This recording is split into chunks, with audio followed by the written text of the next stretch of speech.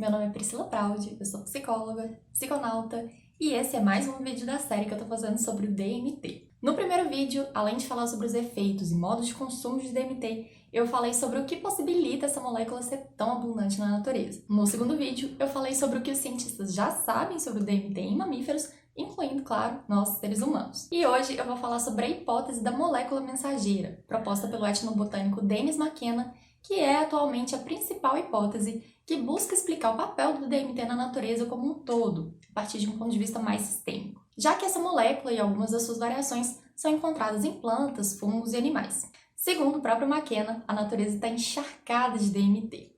Se essa é uma molécula encontrada em tantos seres diferentes, ela deve ter alguma função importante. Afinal de contas, a natureza não costuma gastar energia à toa. Mas antes de eu falar sobre esse assunto interessantíssimo, deixa aquele like para que esse vídeo seja recomendado a mais pessoas, se inscreve no canal, ativa o sininho para você não perder nenhuma novidade e compartilha com quem você acha que pode se interessar também por esses assuntos, já que a minha intenção com esse canal é a de contribuir para a popularização da divulgação científica sobre psicodélicos aqui no Brasil.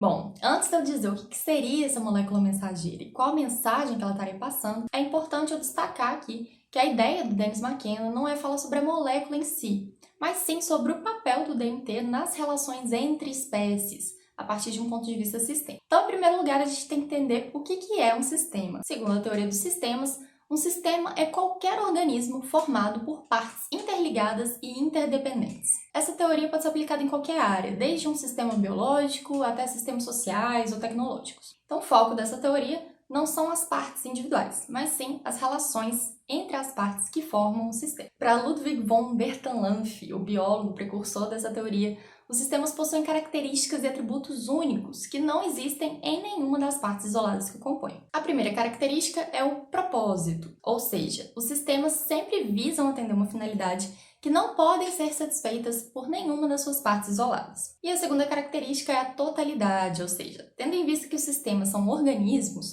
qualquer alteração sofrida em alguma dessas partes produzirá consequência em todas as outras. Então, McKenna parte dessa ideia da teoria dos sistemas e entende que toda a comunidade de vida na Terra, todas as espécies e a relação entre as espécies de plantas, animais, fungos, todos os pequenos e grandes ecossistemas que formam o nosso planeta contribuem para a manutenção da homeostase, ou seja, para o equilíbrio global que mantém as condições ótimas ou ao menos toleráveis para a vida, como a temperatura, disponibilidade de água potável, atmosfera respirável, etc. Essa ideia que diz que esse grande ecossistema chamado planeta Terra funciona como um sistema sinérgico que se autorregula a partir das suas relações se chama hipótese de Gaia e foi proposta por James Lovelock. Essa hipótese foi muito criticada quando surgiu, talvez por ter o nome de uma deusa grega e aí as pessoas acabaram confundindo um pouco as coisas, mas os seus conceitos têm sido cada vez mais aceitos na comunidade científica justamente pelo seu caráter sistêmico. Bom, dando isso claro, para entender agora o que ele está chamando de molécula mensageira e quais seriam as informações que ela transmitiria,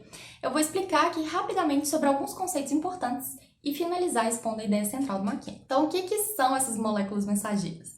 Para explicar isso, eu vou precisar falar rapidamente sobre o metabolismo das plantas. Bom, dentro das plantas acontecem muitas reações químicas. Como resultado, elas produzem algumas substâncias chamadas metabólitos. E no caso das plantas, elas geram metabólitos primários e metabólitos secundários. Os metabólitos primários são as substâncias mais essenciais produzidas pelas plantas, como os aminoácidos, lipídios, carboidratos, clorofila. E quando eu digo essenciais, quer dizer que sem eles a planta morre. Já os metabólitos secundários são substâncias conhecidas por terem um papel importante na interação e na adaptação das plantas aos seus ambientes. Por exemplo, a planta pode produzir uma substância secundária que atraia polinizadores e dispersores de semente, ou mesmo alguma substância tóxica que a proteja de ataques de animais ou de patógenos. Também um papel desses metabólitos secundários proteger a planta de diversos tipos de estresse, relacionado a mudanças de temperatura, umidade, níveis de luz, etc. Muitos desses metabólitos secundários, inclusive, são usados por nós humanos pelos seus potenciais terapêuticos. E é justamente pelo fato dessas substâncias mediarem o relacionamento entre a planta e o ambiente, ou entre a planta e as outras espécies ao redor, fazendo aí uma espécie de comunicação entre eles, é que o Dennis McKenna chama os metabólitos secundários de moléculas mensageiras, afirmando que a química das plantas transmite informações e que, portanto, funcionaria como uma espécie de linguagem. Existe inclusive uma área de pesquisa que estuda esse tipo de coisa chamada biosemiótica, que mistura os conhecimentos da biologia e da semiótica para estudar a produção e interpretação de sinais e códigos no campo biológico. Os alcaloides psicodélicos, como o DMT, e algumas das suas variações, como a psilocibina, fazem parte desse grupo de metabólitos secundários e, portanto, de moléculas mensageiras. E aí ele chama atenção para uma coisa muito interessante. Tanto as moléculas mensageiras produzidas pelas plantas, como os neurotransmissores que nós animais produzimos, são mecanismos que evoluíram a partir dos mesmos precursores evolutivos. E eles servem, portanto, a funções similares, no caso, realizar uma transdução de sinal, ou seja, codificar bioquimicamente uma informação e transmitir uma mensagem através de um sistema. Para ilustrar isso aqui um pouquinho, quando a gente ingere uma substância psicodélica, no caso uma molécula mensageira, ela se encaixa nos receptores dos nossos neurônios e isso desencadeia uma série de reações químicas e elétricas através dos quais uma informação é transmitida pelo nosso sistema. Resumindo, a ideia então é de que plantas, animais e fungos se comunicam através de uma mesma linguagem, a química. E, em última análise, essa comunicação química entre espécies serviria para a manutenção do equilíbrio desse grande ecossistema terrestre. Mas qual seria, então, o papel específico da molécula de DMT nesse processo? Qual que é a razão evolutiva para que tantas plantas e animais produzam substâncias capazes de alterar tão profundamente a consciência? Quem assistiu o primeiro vídeo sabe que o DMT é uma molécula muito simples e que serve de base para o desenvolvimento de outras moléculas psicodélicas, como a psilocibina. Então vamos pensar aqui nos efeitos clássicos dos psicodélicos em geral, nas informações que eles nos passam. É claro que a experiência de cada pessoa é muito diferente, mas para além das particularidades de cada pessoa, de cada experiência, a gente pode aqui pensar em alguns efeitos mais comuns que são relatados. O primeiro deles é um sentimento de união profunda com tudo e uma impressão de que a separatividade normalmente vivenciada seria uma ilusão. Os psicodélicos também costumam desencadear alguns sentimentos de amor e gratidão pela vida, pela existência e estimulam também a curiosidade, a imaginação, a sensibilidade estética, o maravilhamento diante dos pequenos, grandes mistérios da vida. Eles podem propiciar também uma experiência de transcendência da realidade ordinária e, como consequência disso tudo, os psicodélicos costumam estimular novas maneiras de pensar, perceber e ser. Quem já viveu esse tipo de experiência sabe do que eu tô falando. Se esse é o seu caso, compartilha aqui comigo nos comentários, vai ser bem interessante saber. Bom, pro Dennis McKenna, os psicodélicos não provocariam simplesmente alucinações, muito pelo contrário.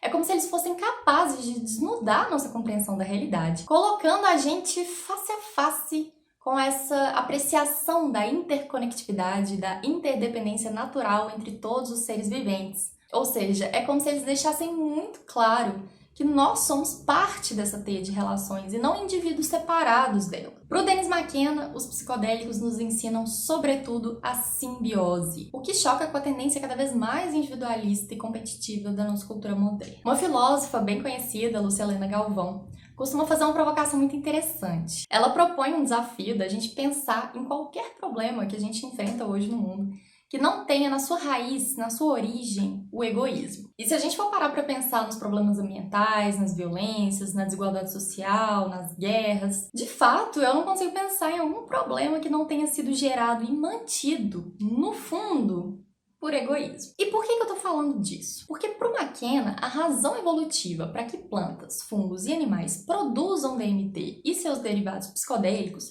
é a ideia de que para manter o equilíbrio na Terra, seria vital uma percepção de que ninguém está separado do todo. Muito pelo contrário, de que nós estamos tão integrados que todo impacto que a gente gera no mundo, ou que a gente gera numa parte do mundo, o afeta sistemicamente, incluindo a nós mesmos. A percepção da interconectividade entre as espécies e a percepção do funcionamento sistêmico da natureza seria, então, fundamental para a manutenção da vida na Terra e para a evolução da nossa espécie. É por isso que o Dennis McKenna defende que, de algum modo, essa é uma mensagem que esse grande organismo chamado planeta Terra precisaria transmitir para as partes que o compõem através dos seus mecanismos de transdução, mais especificamente através da molécula do DMT e das suas variações psicodélicas. Não é à toa que ele diz, como metáfora, que as moléculas mensageiras são como os neurotransmissores de Gaia, que passariam para nós uma informação que não pode ser esquecida, a de que cada um de nós, de alguma maneira, estamos conectados com todos os outros seres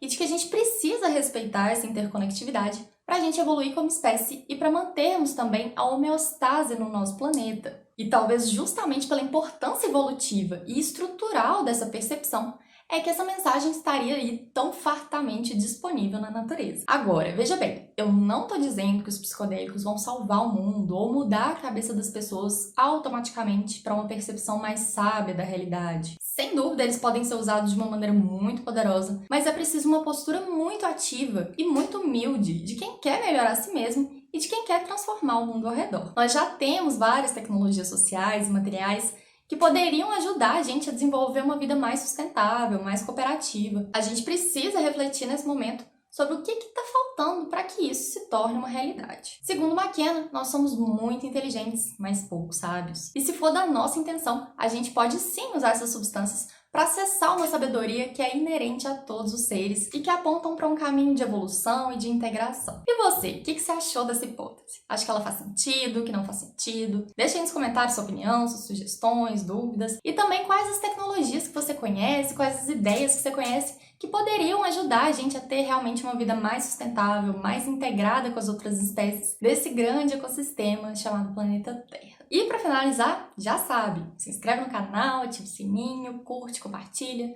para que essas informações possam chegar a cada vez mais pessoas. E me segue também lá no Instagram, Pessoa Sibiana. Por hoje é isso. Um grande abraço a quem ficou até aqui. Até a próxima!